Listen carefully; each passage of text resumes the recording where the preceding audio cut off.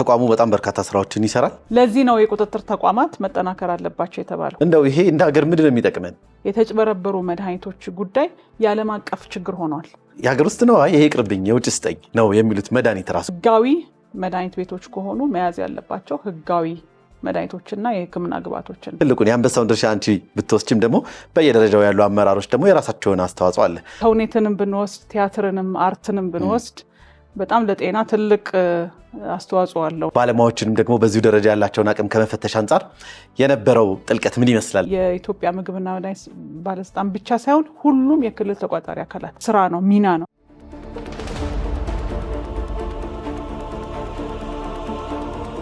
ሰላም ጤና ይስጥልን ውድ የጤና ጥበብ ፕሮግራም ተከታታዮች፣ ዘውትር በዚህ ሰዓት ወደ እናንተ የሚቀርብላችሁ ሳምንታዊው የጤና ጥበብ ፕሮግራማችን ተጀምሯል።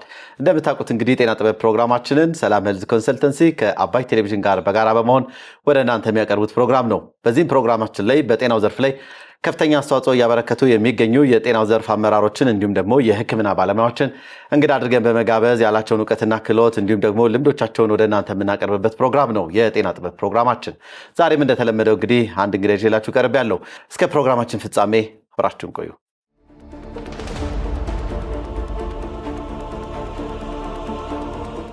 ተመልሰናል ተመልካቾቻችን። የሳምንቱ የጤና ጥበብ ፕሮግራማችን ተጀምሯል። የዛሬው እንግዲህ እንግዳችን የኢትዮጵያ የምግብና መድኃኒት ባለስልጣን ዋና ዳይሬክተር ወይዘሪት ሄራን ገርባ እዚህ አባይ ቴሌቪዥን ስቱዲዮ እንግዲህ ደርሳለች ማለት ነው። ከእሷ ጋር የተለያዩ ቆይታዎችን እናነሳለን። በጣም በተደጋጋሚ እንግዲህ ጥያቄዎችን በማቅረብ ዛሬ ተሳክቶልን እንግዲህ እዚህ ስቱዲዮ ተገኝታ የተለያዩ ጉዳዮችን ለማንሳት ከኛ ጋር ፈቃደኛ ሆና መታለች ማለት ነው። እንግዳችን እንኳን ደህና መጣሽ። እንኳን ደህና ቆያችሁ። በጣም አመሰግናለሁ። አንቺ እያልኩ እንግዲህ ሳወራ መቼም አይከፋሽም ብዬ ነው። ስለዚህ ዛሬ እንግዲህ በጣም በረጅም ጊዜ የሆነ በስራ ጫና ምክንያት እንግዲህ ያው ሲንከባለል ቆይቶ ዛሬ ላይ የደረሰ ፕሮግራማችን ነው። ሆኖም ግን ዛሬም ስለመጣሽ እጅግ አድርጌ አመሰግናለሁ። በቀጣይ እንግዲህ የተወሰኑ ሰዓታት እንግዲህ አብረን እንቆያለን። በተለይ ደግሞ በዋናነት የሚነሱ የተለያዩ ጉዳዮችን በተለይ የእናንተ ተቋምን አስመልክቶ የሚነሱ ጉዳዮችን እንዲሁ እያነሳን ምላሽ ካንቺ እያገኘን እንቆያለን ማለት ነው። በተጨማሪነት እንግዲህ በተለይ እንግዲህ የማቹሪቲ ሌቭል 3 እውቅናን አስመልክቶ እንግዲህ በጣም በማህበራዊ ሚዲያዎች በጣም በተለያዩ ሚዲያዎችም እንዲሁ ሲወራ ነበረ። ማህበረሰቡ ላይ የተለያዩ ጥያቄዎች አሉ። እንግዲህ እነሱን የማህበረሰቡን ጥያቄዎች እናነሳቸዋለን ማለት ነው። በሱ ጉዳይ ላይም ሰፋ ያለ ውይይቶች እናደርጋለን። በድጋሚ ከኛ ጋር ቆይታ እንድታደርጊ ፈቃደኛ ሆነች ስለመጣሽ እጅግ አድርጌ አመሰግናለሁ። እኔም በጣም አመሰግናለሁ ስለጋበዛችሁ። በጣም ጥሩ። እንግዲህ አንቺን ጤናው ዘርፍ ላይ ሆኖ አንቺን የማያውቅ ሰው አለ ብዬ አላስብም። ምክንያቱም በጣም በርካታ ጊዜ እንግዲህ ይህንን ተቋም በበላይነት ስትመሪ ቆይተሻል። እንደው በቴሌቪዥን መስኮቴን ፕሮግራም የተከታተለ የሚገኝ የማህበረሰብ ክፍል ካለ እንደው ማናት የሚለው ነገር ጥያቄ ከተነሳበት ማንም በልኬት ነው የመጣችው የሚለውንና ራሷን ታስተዋውቀንና ወደ ፕሮግራማችን እንገባለን። በጣም አመሰግናለሁ። እንግዲህ እንዳልከው በዚህ ዘርፍ ላይ ብዙ ቆይቻለሁ። ያው ስሜ ቅድም እንደተዋወቀው ሄራን እባላለሁ። በሙያ ፋርማሲስት ነኝ። ተወልጄ ያደግኩት እዚሁ ዋና ከተማ አዲስ አበባ ላይ ነው።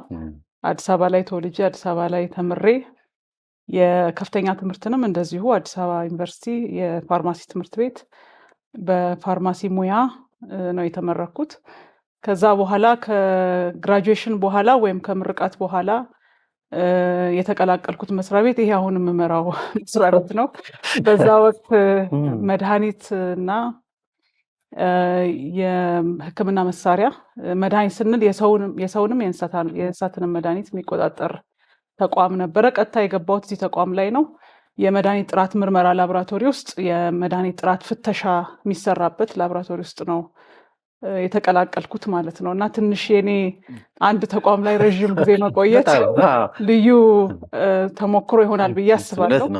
ከዛ በኋላ በብዙ የስራ ክፍሎች ውስጥ ሁለት የስራ ክፍሎች ውስጥ ከሰራው በኋላ ላቦራቶሪ ነው ረዥም ጊዜ የስራ ልምዴ። ከዛ በኋላ የተቋሙ የምክትል ዋና ዳይሬክተር ሆኜ 4 ዓመት ከሰራው በኋላ ከ2011 መስከረም ጀምሮ እስካሁን ድረስ የመስሪያ ቤቱ ዋና ዳይሬክተር ነኝ። በጣም ጥሩ። በጣም እንግዲህ ከሚገረሙ ሰዎች አንዱ ነኝና ይህን ሁሉ በጣም ረጅም ጊዜ ነው መከተም። እኔ ገና ሳቅሽ እዛው ተቋም ላይ ሆነሽ ነው ማቅሽና በጣም ብዙ ሰዎች ያነሳሉ። በተለይ ደግሞ ከሰው ሕሊና ውስጥ የማይጠፋ ደግሞ አንድ የቴሌቪዥን ፕሮግራምም እንዲሁ ነበርና ብዙ ሰዎች የሚያውቁሽ እንደውም በዛ ፕሮግራም ነው። ያ ፕሮግራም በጣም የወጣ ፕሮግራም ነበርና ረጅም ጊዜ ነው። ያ ደግሞ ያው አቅምሽን በጣም የሚያሳይ ነው ብለን ነው የምናስበው። ብቃቱም ስላለ ነው እስከዛሬ ድረስ እዚህ ተቋም ላይ እንግዲህ በውጤታማነት ተቋሙን እንግዲህ አሁን የደረሰበት ደረጃ በማድረስ ረገድ የአንበሳውን ድርሻ ትወስጃለሽ ብለን እኛ እናምናለንና በድጋሚ ስለመጣሽ እጅግ አድርገን እናመሰግናለን። ፕሮግራማችን እንደምታውቂው እንግዲህ ጤና ጥበብ ይሰኛልና እንግዶቻችንን መጀመሪያ ጥያቄዎቻችንን ከማስተናገዳችን በፊት የምንጠይቀው እንደው እነሱ ባሉበት የሙያ ዘርፍ ጤና ጥበብ እንዴት ይገለጻል፣ ጤናና ጥበብን በምን አይነት መልኩ ይገልጹታል የሚል ጥያቄ ነው የምናስከትለውና እሱን ጥያቄ ወደ አንቺ ላድርስ። በጣም ጥሩ። በነገራችን ላይ ይህንን ፕሮግራም ጊዜ በማገኝበት ሰዓት ከምከታተላቸው ፕሮግራሞች አንዱ ነው።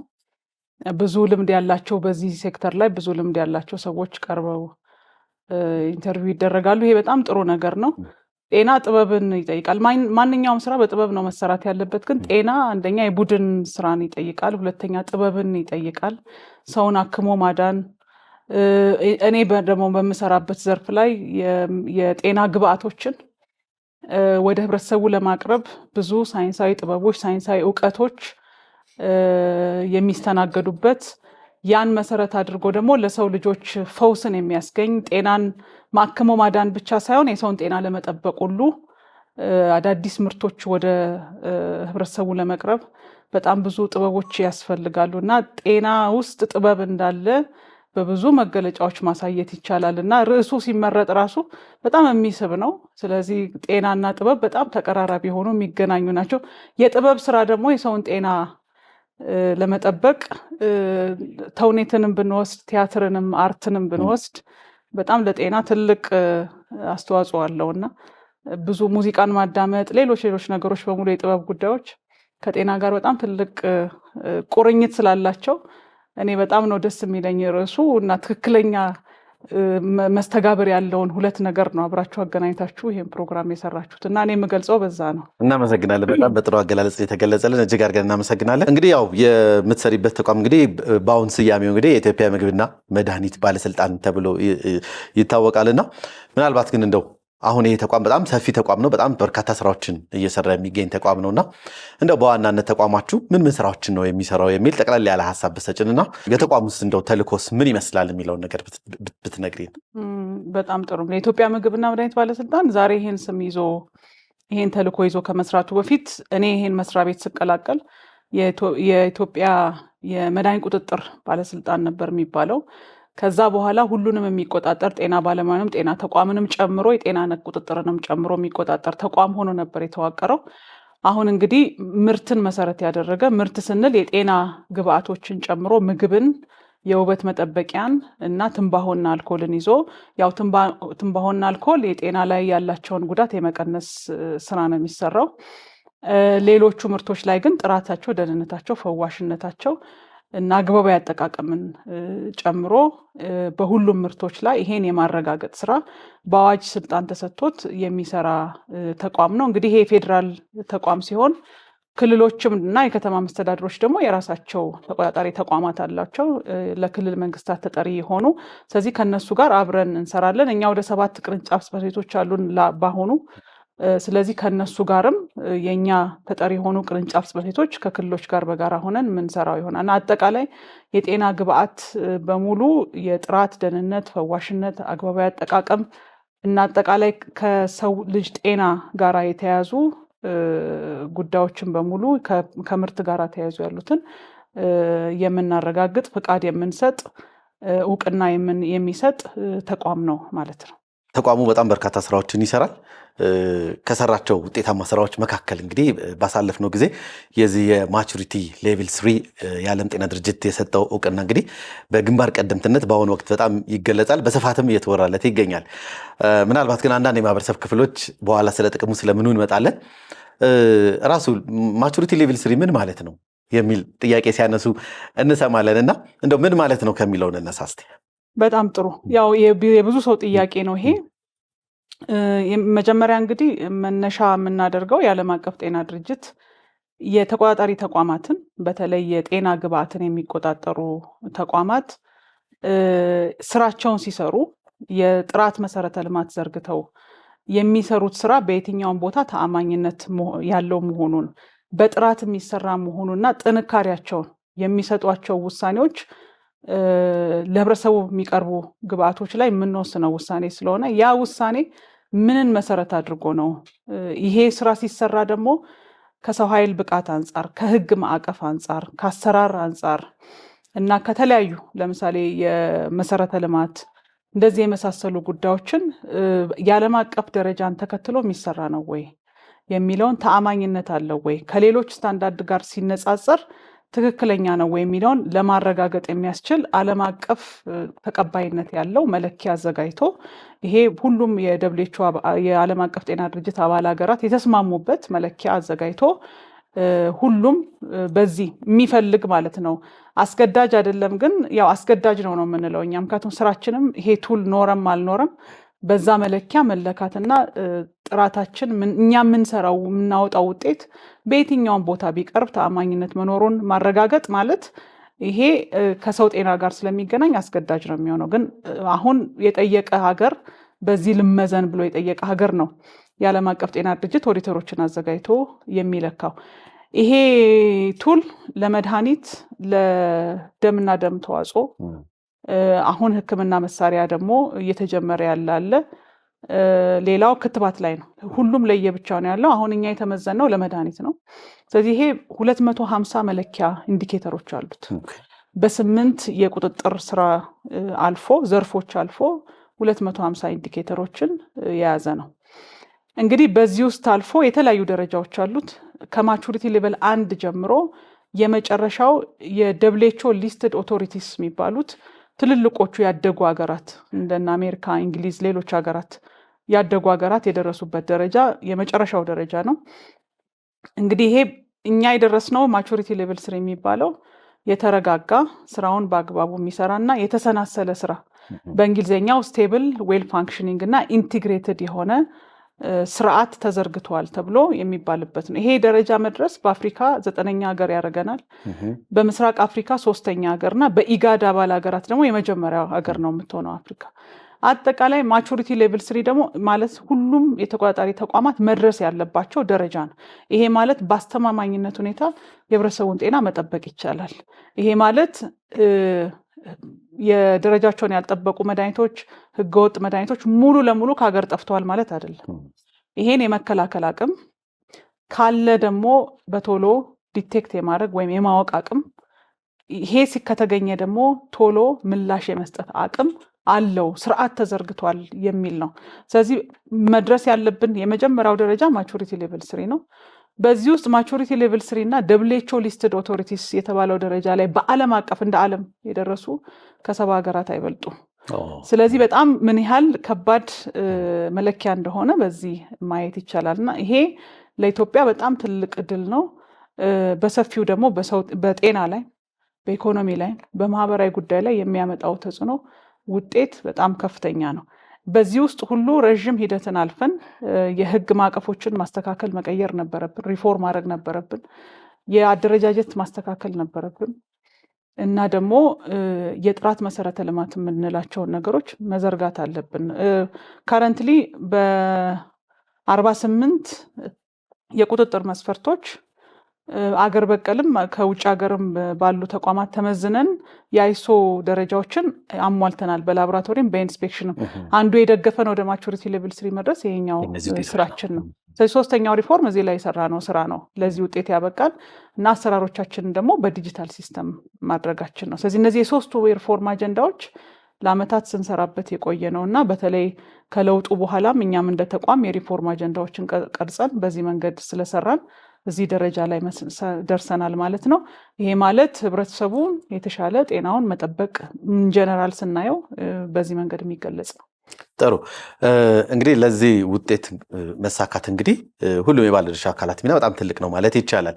በጣም በርካታ ውጣ ውረዶችም እንዳለፋችሁ ሪፎርም በጣም በርካታ የሰራቸው ሪፎርሞች እንደነበሩ ማስተካከል የህግ ማዕቀፍም የተስተካከለበት ሁኔታ እንዳለ ገልጸሽልናል።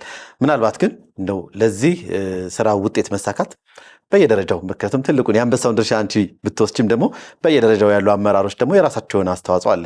እንደው በየደረጃው ያሉ አመራሮች ያበረከቱት አስተዋጽኦ ምን ይመስላል የሚለውን ደግሞ እስቲ።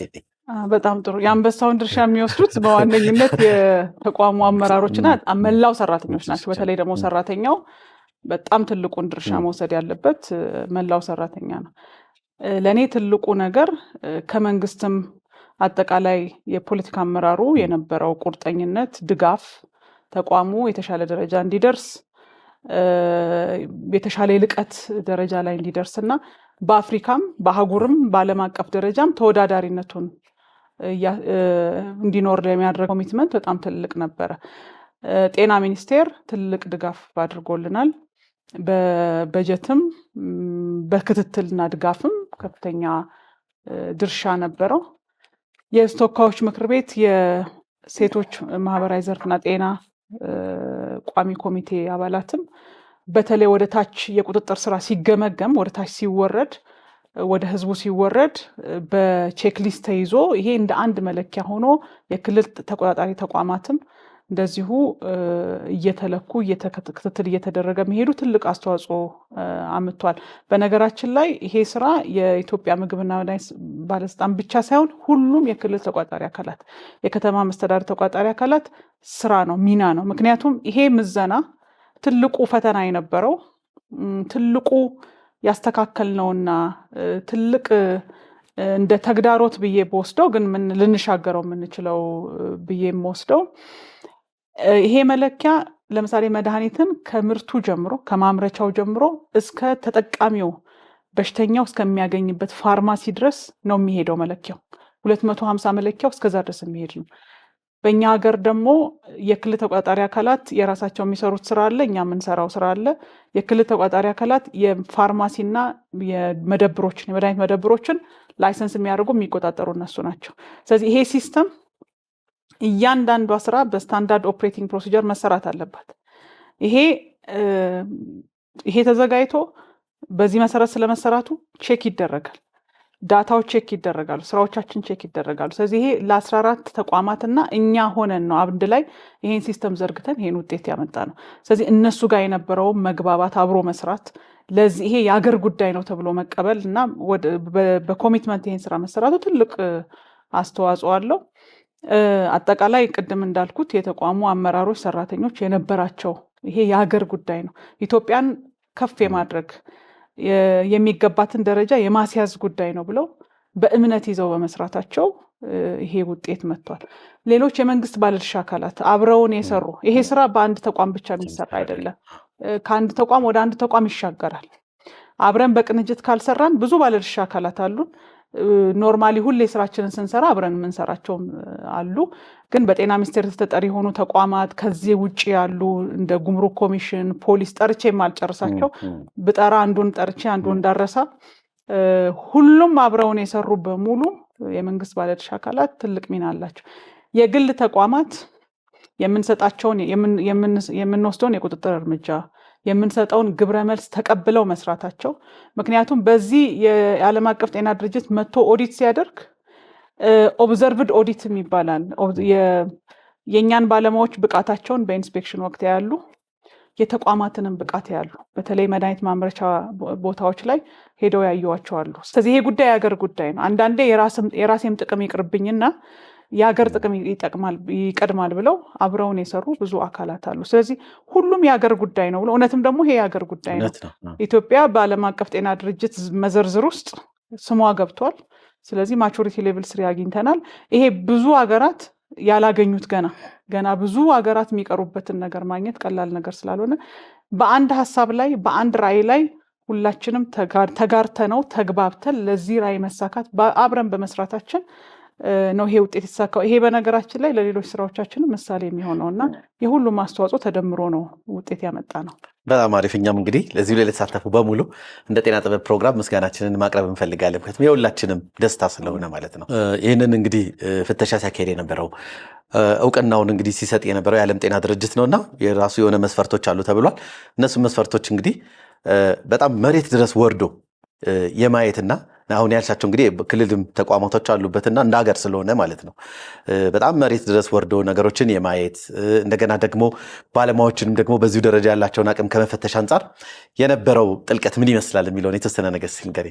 በጣም ጥሩ። እሱን ከመመለስ በፊት ቅድም የዘነጋሁት የአጋር ድርጅቶች አሉ። የዓለም አቀፍ ጤና ድርጅትን ጨምሮ ብዙ አጋር የዓለም ባንክ፣ የዩኤስፒፒኩዌም፣ የጌትስ ፋውንዴሽን፣ ሌሎችም የዩኬ ኤምባሲ በጣም ብዙ አካላት አሉ የአጋር ድርጅቶች የረዱን።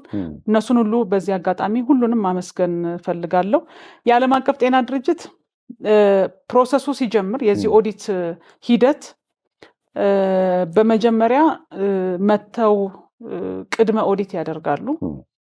ከዛ ራሳችንም ከቅድመ ኦዲቱ በፊት እንደውም ራሳችንን ሰልፍ ቤንች ማርኪንግ ይባላል። የእነሱ የሚጠቀሙት ቋንቋ ኦዲት ሳይሆን ቤንች ማርኪንግ ነው። በነገራችን ላይ የዚህ ቱል ዋና ዓላማው ኦዲት አድርጎ ዝም ብሎ ደረጃ ለመስጠት ሳይሆን የኢንስቲቱሽናል ዴቨሎፕመንት ፕላን የሚል የሚዘጋጃል። የሚዘጋጅበትም ቅጽ አካሄድ አለ። በጣም ጥሩ የሆነው የዚህ መለኪያ ራሱ ተቋሙ የራሱን ተቋም ለመገንባት የሚያስችለውን እቅድ እንዲያወጣ ያደርጋሉ። ይሄንን በሂደት ፎሎ እያደረጉ እየተከታተሉ ነው የሚሄዱት። ስለዚህ ራሳችንን በራሳችን ኦዲት አድርገን ሪፖርት እንልካለን። ይህን ሪፖርት ገምግመው መጥተው የቅድመ ኦዲት ይሰራሉ። ከዛ በኋላ በየጊዜው ቨርቹዋሊ ፎሎ አፕ አለ። ሰው ይመደባል ከዓለም አቀፍ ጤና ድርጅት በየጊዜው ይሄ በቨርቹዋል ስብሰባዎች ፎሎ እንደረጋለን። ብዙ ዶክመንቶችን እንደ ኤቪደንስ እናቀርባለን።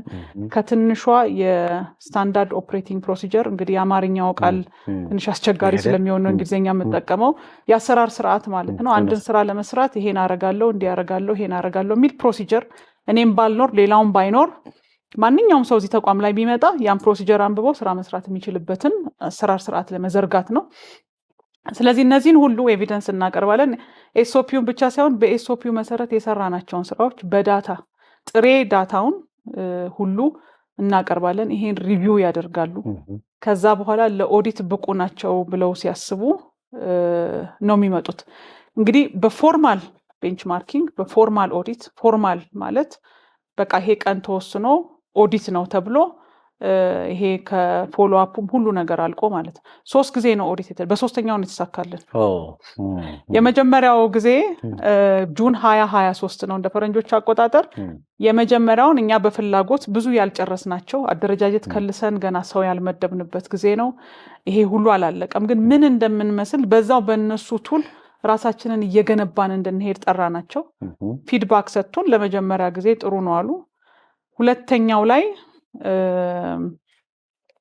ፌብሩዋሪ ላይ ነበር የመጡት 2025 ፌብሩዋሪ 2025 ሲመጡ እውነት ለመናገር እናገኛለን ብለን ነበር ኤክስፔክቴሽናችን። እንዲህ ከኦዲተር ይለያያል እና ደግሞ በጣም በጥልቀት ስለሚያዩ አንዳንድ ነገሮች ከመሰረተ ልማት ጋር ተያይዞ ያሉ ነገሮች እንደገና ሪኖቬት ማድረግ ያለብንን ነገሮች ነገሩን። በጣም የሚገርመው የሰጡን 6 ወር ነው። ስራው የሚሰራው ግን የቤት አፍርሶ የመስራት አዳዲስ ኢኩፕመንቶች የመግዛት በብዙ ዋጋቸውን ከፍ ያሉ በተለይ ደግሞ በደም ስር የሚገቡ መድኃኒቶችን ቴስት ለማድረግ የሚያስችል ንጹህ የሆነ ኢንቫይሮንመንት መኖር አለበት። ያን መፍጠር የሚያስችል የኤር ሃንድሊንግ ዩኒት ሲስተም የሚባል አለ። እሱን እንደ አዲስ ነው ሲስተም ገዝተን ተክለን የጠበቅናቸው። በዚህ ሂደት ውስጥ የሰጡን 6 ወር ነው። እነሱም ያውቁታል በ6 ወር ማሳካት አይችሉም ብለው ነው የወጡት። አሁን እንዲህ አይነት የመለኪያ እንትኖች ብዙ የሚያመጣው እድል ስላለ ብዙ ሀገራት ይፎካከራሉ። ስለዚህ እንግዲህ ለሶስተኛ ጊዜ የተሰጠን ጊዜ አጭር ነው። በዚህ ጊዜ ያሳኩታል የሚል ጥርጣሬ ነበራቸው። ብዙ ከኛ ቁጥጥር ውጭ የሆኑም ነገሮች ስለነበሩ ስለዚህ የተሰጠን ኦፕሽን ወይ በ6 ወር መስጠት ነው መጨረስ ነው፣ አለዛ 2026 መጨረሻ ወይም 2027 እንደ አውሮፓውያን አቆጣጠር መጀመሪያ ላይ ነው ልንመጣ የምንችለው የሚለው ነው። ይሄ የውድድር ጉዳይ ነው። ሀገራችን በዚህ ማቹሪቲ ሌቭል 3 ማግኘትና ለማግኘት ውስጥ የምታጣው የቁጥጥር ስርዓቱ መጠናከር ብቻ ሳይሆን እኛ ሀገር ምርት የሚያመርቱ የመድኃኒት አምራቾች ሌላ ቦታ ያለውን ማርኬት ገበያ የማግኘት እድላቸው የመነመነ ይሆናል። ምክንያቱም እኛ ይሄን አገኘን ማለት እኛ የምንሰጠው ሰርተፊኬት የትኛውም ሀገር ላይ ተቀባይነት ይኖረዋል ማለት ነው። ስለዚህ ይሄን ሁሉ ስናስብ አገር የምታጣው ነገር በጣም ትልቅ ነው። ስለዚህ በ6 ወር ውስጥ ጥርሳችንን ነክሰን መጨረስ የማይቻለውን የኦዲተር ኃላፊው you made the impossible possible እንዳለው ሁሉ በአጭር ጊዜ ውስጥ መጨረስ ችለናል። ስለዚህ ይሄ በጣም ስትሪንጀንት የሆነ በጣም ጥብቅ የሆነ በጥልቀት የሚታይ ምንም አይነት ነገር የማያልፉት የኦዲት ሂደት ነው። 250 ኢንዲኬተሮች አሉት። 250 ኢንዲኬተር ማሟላት ማለት ቀላል ነገር አይደለም፣ በጣም ከባድ ነው። ስለዚህ በዚህ መንገድ ነው እንግዲህ 3 ጊዜ ኦዲት ተደርገን አልፈን ለውጤት የበቃ ነውና ምን ያህል ከባድ እንደሆነ በዚህ ማየት ምን ያህል ጥልቀት ያለው ኦዲት እንደሆነ በዚህ ማየት ይቻላል ማለት ነው። በጣም አሪፍ። ሌላው ግን ሌሎች አንዳንድ ሰዎች የሚያነሱት ይሻላል ማቹሪቲ ሌቭል 3 ደረስን፣ ሴሌብሪቲውን አይተዋል፣ የነበረውን እውቅና የሚያዩ ነበርና እንደው ይሄ እንደ ሀገር ምንድነው የሚጠቅመን? ምንድነው ይዞ የሚመጣው ፋይዳ ምንድነው? እንደ ሀገር እንደ ተቋም እንደ ማህበረሰብ ይዞ የሚመጣው ነገር ይኖር ይሆን ብለው የሚያስቡት ነገር አለና እሱ ላይ ምን ትያለሽ? በጣም ጥሩ። አንደኛ በአንድ ጊዜ የሚታይ አይደለም።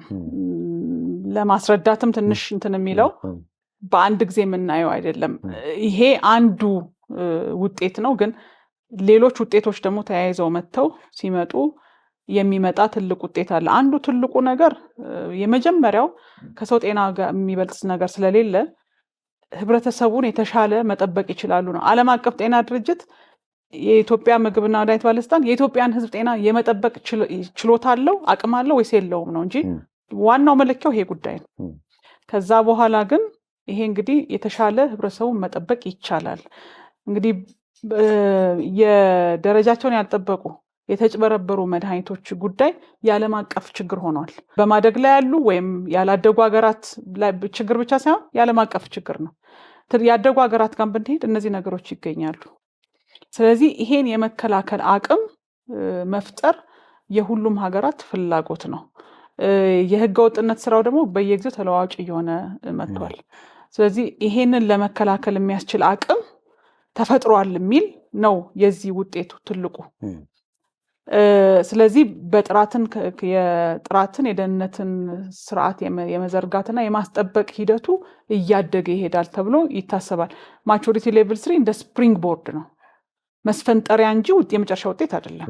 ገና አሁን ክትባት ላይ ማቹሪቲ ሌቭል 4 ሌላ ደረጃ ላይ መድረስ መቻል፣ ይሄ ግን መስፈንጠሪያችን ነው። እዚህ የደረሰ ተቋም ማስቀጠል አለበት፣ ወደ ሌላም መሄድ መቻል አለበት። ስለዚህ መድኃኒት ስንመዘግብ፣ የመድኃኒት ሰነድ ስንገመግም፣ የፋብሪካ ኢንስፔክሽን ስንሰራ፣ የመድኃኒት ጥራት ምርመራ ስናደርግ ይሄ ተቋም የሚሰራው ውጤት የህብረተሰቡን ጤና በተሻለ መንገድ ትክክል ያልሆነውንም ትክክል አይደለም ብሎ የማለት አቅም፣ ትክክል የሆነውንም ትክክል ነው ብሎ የማለት አቅም ፈጥሯል የሚል ሂደት ነው የሚፈጥረው እና ይሄ ህብረተሰቡ የሚያገኘው የጤና ግብዓት ቢወስደው ሊያድነው ሊፈውሰው የሚችል እና ደግሞ ሌላ ጉዳት የማያደርስበት የሚችል መሆኑን፣ ሌላም ጉዳት እንኳን ለምሳሌ የጎንዮሽ ጉዳት ቢኖር ሌላ ነገር ቢኖር እንኳን የሚጠቁምበት ስርዓት አለ። ይሄን ደግሞ ሲጠቁም የኢትዮጵያ ምግብና መድኃኒት ባለስልጣን ቶሎ ምላሽ የመስጠት አቅም አለው የሚል ነው። ይሄ ግን የኮንቲኒየስ ኢምፕሩቭመንት ወይም በየጊዜው የሚሻሻል ነው እንጂ ያለቀ ስራ አይደለም። ሁለተኛው ከኢኮኖሚ አንጻር እንግዲህ ኢትዮጵያ በሆም ግሮን ኢኮኖሚክ ሪፎርም የሀገር በቀል የኢኮኖሚ ሪፎርሙ ላይም ትልቁ እንግዲህ አጀንዳ ወደ ኢንዱስትሪ መር ወደሆነ ኢኮኖሚ ይሸጋገራል። የኢኮኖሚ መሰረቱ ከኢንዱስትሪ ደግሞ ማኒፋክቸሪንግ ላይ ትልቅ ትኩረት ተሰጥቶ ከማኒፋክቸሪንግ ደግሞ የመድኃኒትን ምርት ፍላጎት በሀገር ውስጥ የመተካት በሀገር ውስጥ ምርት የመተካት ትልቁ አጀንዳ ነው። በዚህ ውስጥ አሁን ያሉን ፋብሪካዎች ትንሽ ናቸው። እነዚህን ቁጥራቸውን መጨመር ያስፈልጋል። ምክንያቱም ብዙ ፍላጎት አለ። የሀገር ውስጥ አምራቾችን ለማጠናከር በመንግስት ደረጃ ብዙ ስራዎች እየሰሩ ነው። በጤና ሚኒስቴርም ልዩ ትኩረት ተሰጥቶት የሚሰራ ስራ ነው። ይሄንን የሚደግፍ አካልም በጤና ሚኒስቴር ውስጥ የአርመር ሃንሰን ሪሰርች ኢንስቲትዩት አለ። እኛም ደግሞ የቁጥጥር ስራውን አብረን የመደገፉንም ስራ አብረን እየሰራን እንገኛለን። የሀገር ውስጥ አምራቾች እንግዲህ በጥራት መወዳደር አለባቸው። የኢትዮጵያን ገበያ ብቻ ሳይሆን የጎረቤት ሀገራትንም ገበያ ማግኘት መቻል አለባቸው። ይሄን ለማድረግ ደግሞ ይሄ ተቆጣጣሪ ተቋም በአፍሪካ ውስጥ የሚገባውን ቦታ ይዞ ኢሜጁን ቢውልድ ተደርጎ የተሻለ የመሪነቱን ቦታ የሚያዝ እድል ካገኘ ነው እነሱ ሌላ ቦታ ላይ ሄደው ተወዳድረው ምርታቸውን መሸጥ የሚችሉት። ስለዚህ ይሄ የሚፈጥርላቸው እድል የገበያ እድል ቀላል አይደለም። በዚህ ውስጥም ደግሞ እኛ የእነሱን የቁጥጥር ስራ ስንሰራ የሚፈጥረው ታማኝነት አለ፣ መተማመን አለ።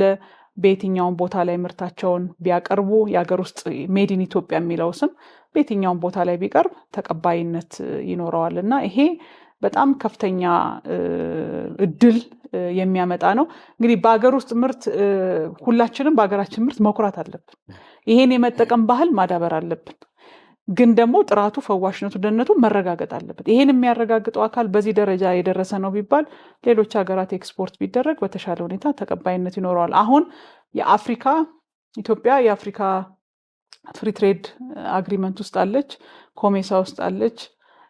በአፍሪካ ደረጃ ደግሞ መድኃኒቶችን በፑልድ ፕሮኪውርመንት በጋራ ሰብሰብ ብሎ የመግዛት ቫሊዩ ፎር መኒንም ይሄ የሚባለውን እና ደግሞ የኢኮኖሚ ጥቅምንም የማግኘት በአነስተኛ ዋጋ መድኃኒት በቫሊዩ በጨመረ ቁጥር ብዙ በተገዛ ቁጥር የሚገኘው የዋጋ ቅናሽና የዋጋ ተጠቃሚነት ከፍተኛ ስለሚሆን የጋራ የመግዛት አጀንዳ ተቀርጾ በአፍሪካ ደረጃ ይሄ እየተሰራ ነው ያለው። ኢትዮጵያም የዚህ አካል ነች።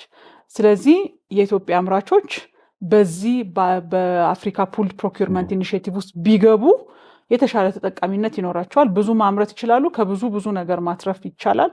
ስለዚህ በዚህ ውስጥ ለመግባት ግን ዋናው ትልቁ የተቆጣጣሪ ተቋማት ማቹሪቲ ሌቭል 3 መድረስ ነው። በነገራችን ላይ እኛ ከማግኘታችን በፊት ያገኙ 8 የአፍሪካ ሀገራት የጋራ ስምምነት ሰነድ ተፈራርመዋል። እዛ የጋራ ስምምነት ሰነድ ፊርማቸው ላይ አንዱ በአንዱ ውሳኔ ላይ መሰረት እናደርጋለን፣ እንቀበላለን የሚል ነው። ይሄ እንግዲህ አሁን ቶሎ ብለን እኛ 9ኛ ሆነናል። አሁን ተጠይቀናል እዚህ ውስጥ እንድንገባ። እዚህ ማዕቀፍ ውስጥ ከገባን ማለት የኛ አምራቾች አትሊስት እነዚህ 9 ሀገራት ውስጥ ያለውን ገበያ ማግኘት ይችላሉ ማለት ነው። ስለዚህ በጣም ትልቅ ጥቅም ነው የሚኖረው። ጥሩ። አንዳንድ የማህበረሰብ ክፍሎች የሚያነሱት ጥያቄ ነው የምነግርሽ። እንግዲህ ያው በሀገራችን ምርት መኩራት አለብን ብለን እናምናለን። ፋርማሲ እንኳን ሄደው ይላሉ ሰዎች የሀገር ውስጥ ነው ይሄ ይቅርብኝ የውጭ ስጠኝ ነው የሚሉት። መድኃኒት ራሱ ማለት የመምረጥ ሂደቶች ይኖራሉ። እንደገናም ደግሞ ሌሎችም በዚህ ጉዳይ ላይ የተያያዙ ነገሮች ሲነሱ እንሰማለን እና ምናልባት ግን አሁን የዚህ የማቹሪቲ ሌቭል 3 እውቅና መሰጠት እንዲህ አይነት ነገሮችን ከመቅረፍ አኳያ ወይም ደግሞ ኢትዮጵያ ውስጥ ያለውን የመድኃኒት ሰንሰለት ጥራት ከፋብሪካ አንስቶ እስከ የሚሸጥበት ድረስ ያለውን ነገር ጥራት ከማሳየት አኳያ እንደው ምላሽ ሊሰጥ ይችላል ራሱን ችሎ ብለሽ ታስቢያለሽ? በጣም ጥሩ። እውነት ነው፣ ምላሽ ይሰጣል። ምላሽ የሚሰጥበት ያልኩት ቅድም ያልኳቸው ጉዳዮች ናቸው። እንግዲህ ህጋዊ መድኃኒት ቤቶች ከሆኑ መያዝ ያለባቸው ህጋዊ መድኃኒቶችና የሕክምና ግብዓቶችን። አንደኛ አንድ ብዥታ ያለው የውጭ ሀገር መድኃኒት የተሻለ ይፈውሳል።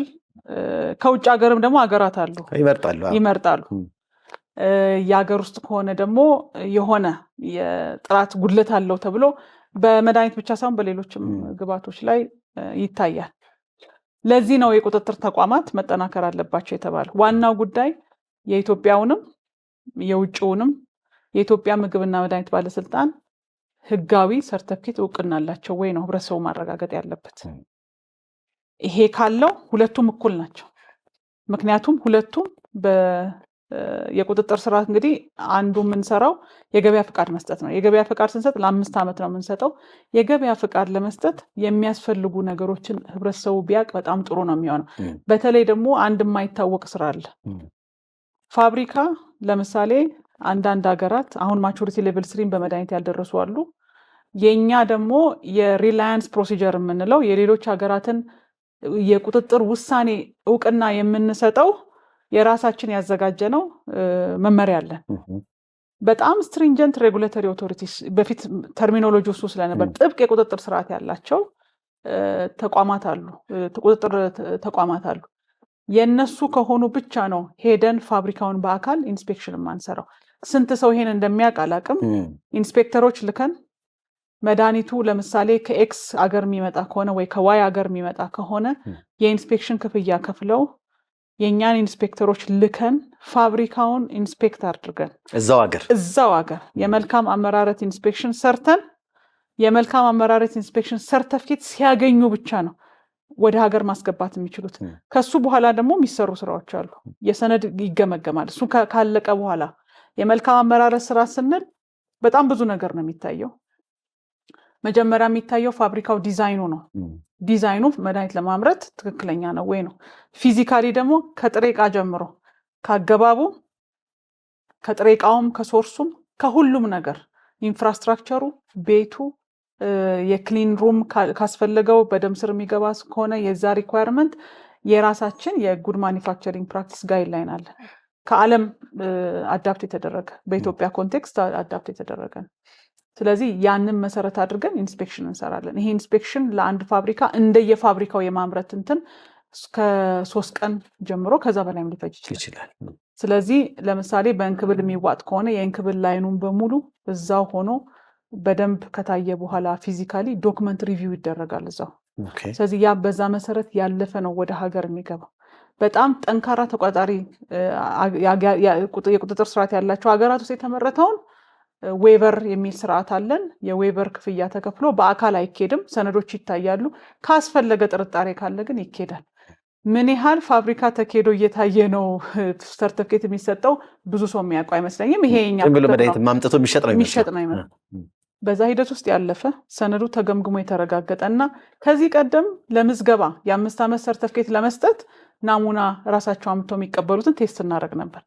ይሄንን የ5 ዓመት ትሬንዱን ስናይ ሁሌ ያልፋል። ናሙናው ካለፈ በኋላ የ5 ዓመት ሰርቲፊኬት ከሰጠን በኋላ የሚገባው መድኃኒት በሙሉ አንዳንድ የገበያ ላይ ስታይ ችግር ስለሚኖርበት አሁን እሱን ትተን ሰርቲፊኬቱን እንሰጠውና ወደ ሀገር ሲያስገባ ያንን ሁሉ ከባልክ ኮንሳይመንት ሲያስገባ ናሙና እንወስዳለን ከሚያመጣው ላይ። ስለዚህ ከሚያመጣው ላይ የመውደቅ ሲወድቅ ትልቅ ኪሳራ ስለሚሆን ያንን መመለስ ያንን ማስወገድ ትልቅ ኪሳራ ስለሚሆን እዚህ ላይ በጣም ጥንቃቄ ይደረጋል። የዚህንም ትሬንድ ስናይ አሁን በጣም ጥሩ እየሆነ መጥቷል። የመመርመሪያ ላቦራቶሪዎቻችን አይሶ ሰርቲፋይድ የሆኑ ናቸው። አይሶ 17025 ስታንዳርድ ሰርቲፋይድ የሆነ ጥራት ምርመራ ላቦራቶሪ ነው ያለን። ቅድም እንዳልኩት የመድኃኒት ብቻ ሳይሆን የሕክምና መሳሪያ ኮንዶም፣ የሕክምና ግላቭ፣ የስሪንጅ፣ የኢንቪትሮ ዳያግኖስቲክስ የሚባሉት እነዚህ HIV አለው ወይ፣ ሄፓታይተስ አለው ወይ፣ ወባ አለው ወይ የሚለውን ነገር ቼክ የሚያደርጉ ቴስት ኪቶች አሉ። እነሱን ፐርፎርማንሳቸውን ቼክ የሚያደርግ ላቦራቶሪ አደራጅተን ባለፈው ዓመት በ2017 አይሶ 17025 እውቅና አግኝቷል። ስለዚህ የእነዚህን ሁሉ ስንደምር ይሄንን በዚህ የቁጥጥር ስርዓት ውስጥ አልፎ ሰርቲፊኬት ያገኘ መድኃኒት በሙሉ ትክክለኛ ነው። አሁን ትልቁ ጉዳይ ህብረተሰቡ ይሄን ነገር እንዴት ያረጋግጠው ነው። እኛ ዌብሳይት ላይ ሲገባ ፍሪሊ የተመዘገቡ መድኃኒቶች ሬጂስተርድ ሜዲሲን ሊስት ተብሎ ሲገባ ማግኘት ይቻላል። አሁን እየሰራን ያለ ነው ወደ ማቹሪቲ ሌቭል 4 የሚያስፈነጥረን መድኃኒቱ ከማምረቻው እስከ ታካሚ ድረስ እስኪደርስ ድረስ የዱካውን የመከተል በአማርኛ እንበለውና ትራክ ኤንድ ትሬስ ሲስተም እላዩ ላይ የታወቀ ባርኮድ ዘርግቶ እሱን እስካን እያደረጉ ወደኛ ሲስተም ሲሄድ ይሄ መድኃኒት ህጋዊ ነው የሚለውን ሲስተም እየሰራን ያለ ነው። ስለዚህ ይሄ ሲሆን ህብረተሰቡ የኢትዮጵያም ይሁን የምንም ይሁን የእኛ የሰጠነው ሰርቲፊኬት ከሆነ አምኖ ይወስዳል ማለት ነው። ለዚህ ነው ይሄ ማቹሪቲ ሌቭል 3 ማግኘት ማለት በእኛ እምነት ያሳድራል ማለት ነው ህብረተሰቡ። አሁን ሙሉ ለሙሉ ህብረተሰቡ በእኛ እምነት አሳድሯል የሚለው እሱን መለካት ያስፈልጋል፣ ማየት ያስፈልጋል። 100% ነው ማለት አይቻልም። ችግር እንኳን ቢኖር አይ እናንተ የመዘገባችሁት መድኃኒት እኮ አላዳነኝም፣ ችግር አለው እየፈወሰኝ አይደለም ሲለኝ ይሄን ሪፖርት ይዤ መድኃኒቱን ከገበያ ሰብስቤ እኔ ላቦራቶሪ ውስጥ አስገብቼ ቼክ አደርገዋለሁ። ምክንያቱም ይሄን ሰርቲፊኬት ከሰጠሁት በኋላ ገበያ ላይ በአከመቻቸት ችግር ምክንያት በተለያዩ ችግሮች ምክንያት ይሄ መድኃኒት ከነበረው ስታንዳርድ ዝቅ ብሎ ሊሆን ይችላል። ስለዚህ ይሄ ሁሉ ሰንሰለቱ ማለት ከማምረቻው እስከ ፔሸንቱ ማለት ፋርማሲ ውስጥ እንዴት ነው ስቶር የተደረገው፣ የት ነው የተቀመጠው፣ ሙቀት ላይ ነው የተቀመጠው፣ ቀዝቃዛ መቀመጥ ያለበት ቀዝቃዛ ላይ ነው የተቀመጠው። ይሄን ሁሉ ኢንቨስቲጌት አድርጌ ይሄ መድኃኒት ይሰብሰብ ከገበያ ሪኮርድ ይደረግ፣ ሁሉ ዲሲሽን ውሳኔ የምንሰጠው እኔ ነኝ። ስለዚህ ይሄ ሁሉ ሲደመር ነው ይሄ ውጤት የሚያመጣው እንጂ ሁሉም መድኃኒት ገበያ ላይ ያለው ሁሉም ጥራቱን የጠበቀ ነው ብሎ ለማለት ብዙ መሰራት ያለባቸው የቁጥጥር ስራዎች አሉ። ግን ዋናው ህብረተሰቡ የሚጠቁምበት የሚያውቅበትን ስርዓት መዘርጋት እና ምላሽ የመስጠት ስራችን ደግሞ በጣም መጠናከር መቻል አለበት። በአካል ሄዶ ኢንስፔክሽን መስራት ትልቁ ጥቅም በዓለም አቀፍ ሚዲያ ላይም ታይቷል ብዬ አስባለሁ።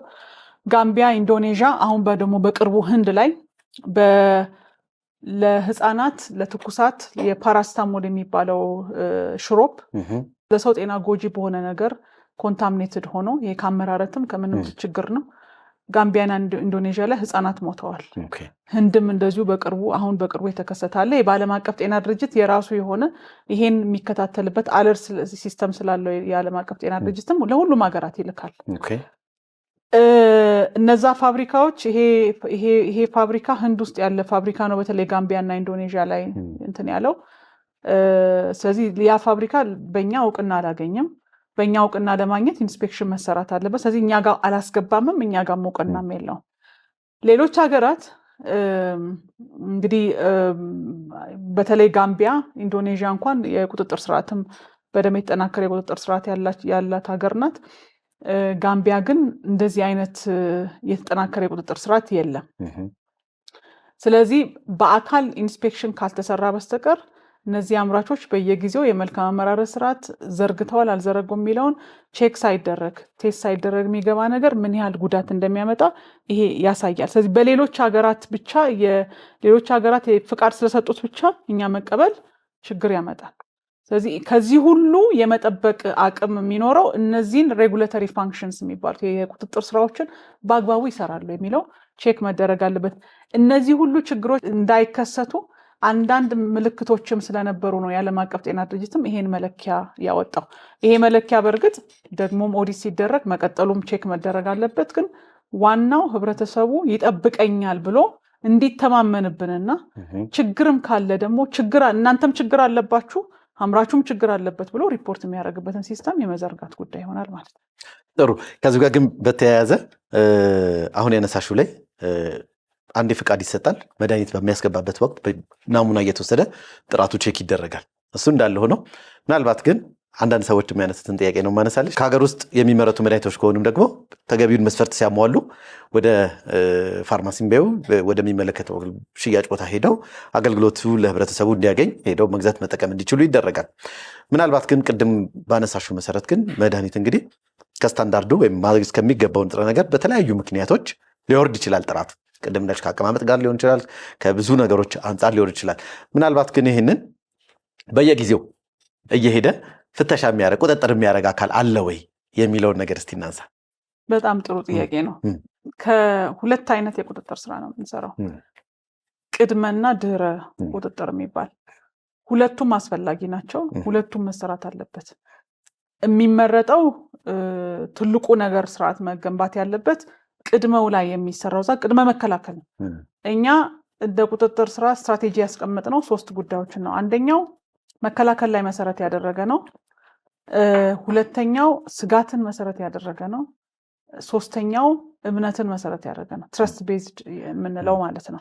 እንግዲህ መድኃኒቶች ይሄ ምዝገባ ሂደት አልፎ ወደ ገበያ ከቀረቡ በኋላ አንደኛ ሙሉ ለሙሉ የአቅርቦት ሰንሰለቱ ላይ ሌሎች ባዕድን ነገር ልጠቀምና ወይም የተጭበረበረ እኛ ፍቃድ ያልሰጠነው ህገወጥ የሆነ ነገር እንዳይገባ አንደኛ ሴኪዩር ማድረግ አለብን። ይሄ ሴኪዩሪቲ የበለጠ የሚረጋገጠው ቅድም ያልኩትን ከማምረቻ እስከ መጨረሻው ያለውን ዱካውን ተከትሎ ራሱን የቻለ የመለያ ባርኮድ ተቀምጦለት እሱን ስካን አድርገን መግቢያና መውጫ ኬላ ላይም የኛ ተቆጣጣሪዎች አሉ። በነገራችን ላይ የጉምሩክ ኮሚሽን ነው የመግቢያና መውጫ ኬላን የሚከፍተውም የሚቆጣጠረውም፣ እዛ ውስጥ እኛ አለን። ስለዚህ አሁን 15 መግቢያና መውጫ ኬላዎች ላይ አለን ህጋዊ ዲክሌር የሚደረግባቸው ምርቶች ላይ። ግን እንደምታውቀው ኢትዮጵያ በጣም ሰፊ ወሰን ያላት አገር ነች። አንዳንዶቹ በጣም ሰፊ ብዙ ኪሎ ሜትር የሆኑ ናቸው። አጎራባች ሀገራት ደግሞ አንዳንዶቹ ጠንካራ የቁጥጥር ስርዓትም ገና ያልተዘረጋባቸው ናቸው። አንዱ ፈተናው ይሄ ነው የሚሆነው። ምርት ቦርደር የለው ወይም ወሰን የለው። እኔ ጋር እዚህ ሀገር ውስጥ ያለ ምርት ሄዶ ሌላ ቦታ ሊገኝ ይችላል። እኔ ጋር ችግር ያለበት ምርት ተመሳሳዩ አምራች እዚህም አምጥቶ ሌላም ቦታ ሊያሰራጭ ይችላል። ስለዚህ አንዱ የማቹሪቲ ሌቨል 3 መለኪያ የነበረው ማርኬት ሰርቬላንስ ማርኬት ኮንትሮል የሚባል ፋንክሽናል አንዱ መለኪያቸው እሱ ነው። ማርኬት ኮንትሮል ማለት ገበያውን የመቃኘት የድህረ ፈቃድ ጥራት ምርመራውን ማካሄድ ናሙና በየጊዜው እየወሰዱ ሁሉንም ናሙና መዳረስ ባይቻልም ግን የራሱ የሆነ አሰራር ስርዓት ተዘርግቶ ስጋትን መሰረት ያደረገ ለምሳሌ በቴምፕሬቸር ከፍ ማለት ሊበላሹ የሚችሉ ለህፃናት የሚውሉ ከፕሮግራም ጋር የሚገናኙ የኤችአይቪ የቲቢ የወባ እንደዚህ የመሳሰሉ ግብአቶችን ለይተን በየጊዜው ከገበያ እየሰበሰብን ጥራት ምርመራ መስራታችንን በየጊዜው ደግሞ የህገወጥ ስርጭቱ ምን ይመስላል የኢንተለጀንስ ሌድ ኦፕሬሽን የሚባል ኢንተለጀንስ ዲፓርትመንትም አደራጅተናል። ማለት በድብቅ በስውር ገዢ መስለው ተጠቃሚ መስለው አንዳንድ ቦታዎች ላይ የሚሰሩ ህገወጦችን ካሉ ከሌሎች አካላት ጋር ከጉምሩክ ኮሚሽን፣ ከፌደራል ፖሊስ፣ ከአዲስ አበባ ፖሊስ፣ ከኢንተርፖል ከብዙ አካላት ጋር በጋራ ሆነን አቅደን በየጊዜው የምንሰራቸው ስራዎች ናቸው። በዚህ የምናገኛቸው ብዙ የህገወጥ ስራዎች አሉ። በዚህም እርምጃዎችን እየወሰድን የመከላከልም የመቆጣጠርም ስራ እየሰራን ያለ ነው። ስለዚህ ይሄ የድህረ ፈቃድ ቁጥጥር ስራ በጣም ወሳኝ በጣም መሰራት ያለበት ስራ ነው። በጤነኛው ስርዓት ውስጥ እንዳልኩት በአከመቻቸት በስርጭት ወቅት የሚፈጠሩ ችግሮች ይኖራሉ። ከዛ ደግሞ ህገወጥ ነገሮች ሊገቡ ይችላሉ። ስለዚህ እነዚህን ሁሉ ስራ የመስራት አቅማችንም ተለክቶ ነው እንግዲህ አንድ ራሱን የቻለ መለኪያ ያለው ነው። ስለዚህ ይሄን የኛም የሌሎችም የክልሎችም የሌሎችም ኃላፊነት ሆኖ በጋራ አንዱ ኢንቲግሬትድ ነው ወይ ተብሎ የሚለካውም እስቲ ከነማን ጋር የመግባቢያ ሰነድ ተፈራርማችኋል፣ ከነማን ጋር በእቅድ ይዛችሁ እየሰራችሁ ነው የሚለውን ሁሉ ያያሉ። ስለዚህ ምክንያቱም ይሄን ስራን የብቻውን መስራት እንደማልችል ስለሚታወቅ ምን ያህል ከፖሊስ ጋር አብሬ ከሌሎች ፍትህ አካላት ጋር አብሬ እየሰራሁ ነው። የኢንፎርስመንት ወይም እርምጃ የመውሰድ አቅማችንስ ምን ይመስላል? ምን አይነት እርምጃዎችን እንወስዳለን? ይሄን እርምጃ ከወሰድን በኋላ ህብረተሰቡ እናሳውቃለን ወይ? አንዳንዴ በጣም ከባድ የሚሆነው ፈተና የሚሆነው በአመራረት ሂደት ውስጥ ወይም በአስመጭና ከፋፋይነት ሂደት ውስጥ ናቹራሊ የሚፈጠሩ ችግሮች ይኖራሉ። ስለዚህ ይሄን በአንድ ጊዜ ይሄ ፋብሪካ ችግር ፈጥሯል ተብሎ ቢነገር ሙሉ ለሙሉ የዛ አምራች ምርት ከዚህ በኋላ አስተካክሎ ወደ ስራ መግባት ስለሚችል ማለት ነው። አውቆ ግን ፐርፐዝሊ ሰውን ለመጉዳት ብሎ የሚሰራው በወንጀል ነው መጠየቅ ያለበት። ስለዚህ ህብረተሰቡንስ ምን ያህል መድኃኒት እንደተሰበሰበ ከገበያ ምን እንደሆነ ታሳውቃላችሁ ወይ ሁሉ የሚል ጥያቄዎች አሉ። ስለዚህ እነዚህ ሁሉ ተደምረው ነው እና የድህረ ፈቃድ ቁጥጥር ስራ በየጊዜው መሰራት ያለበት የምንሰራው ግን ይሄ በምን መደገፍ አለበት? ህብረተሰቡ እኛ የማናውቃቸው በቤት ውስጥ የሚሰሩ የሚያጋጥሙናል። በመኖሪያ ቤት ውስጥ የሚሰሩ ህገወጦች አሉ። መድኃኒት ላይ ብቻ ሳይሆን ምግብ ላይ ከህብረተሰቡ የሚደበቅ ስላልሆነ ህብረተሰቡ ጥቆማ ማቅረብ እዚህ ላይ ለእኛ ብቻ ሳይሆን ለሌሎችን ፍትህ አካላት ይሄ ከተደመረበት ከህብረተሰብ የሚደበቅ ህገወጥ ስራ ስለሌለ ይሄን ስንለው እየቀነሰና እየጠፋ የሚሄድበትን ስርዓት እየዘረጋ እንሄዳለን ማለት ነው። ተመልካቾቻችን ከእንግዳችን ጋር ያለንን ቆይታ አላበቃንም። ነገር ግን ሰዓታችን እዚህ ጋር ያግደናል ማለት ነው። ቀጣዩን ክፍል እንግዲህ በተመሳሳይ ሰዓት ሳምንት ይዘንላችሁ እንቀርባለን። እስከ ሳምንት ጤና ይስጥልን።